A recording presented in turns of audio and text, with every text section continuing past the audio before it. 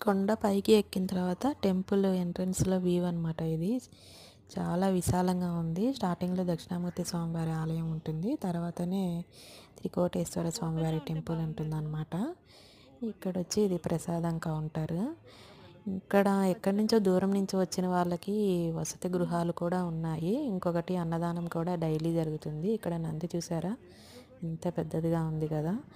ఇంకా లోపలికి ఎంట్రన్స్ అయితే ఇది. ఇక్కడ కోతులు మాత్రం చాలా ఉంటాయండి. సో, కొంచెం జాగ్రత్తగా వెళ్ళండి. భయపడేవాళ్ళు నాలాగా మాత్రం చేతిలో ఏమన్నా బ్యాగ్స్ ఉంటే వాటిలో ఏమున్నాయా అని చెప్పి లాక్కుంటాయి వచ్చైతే.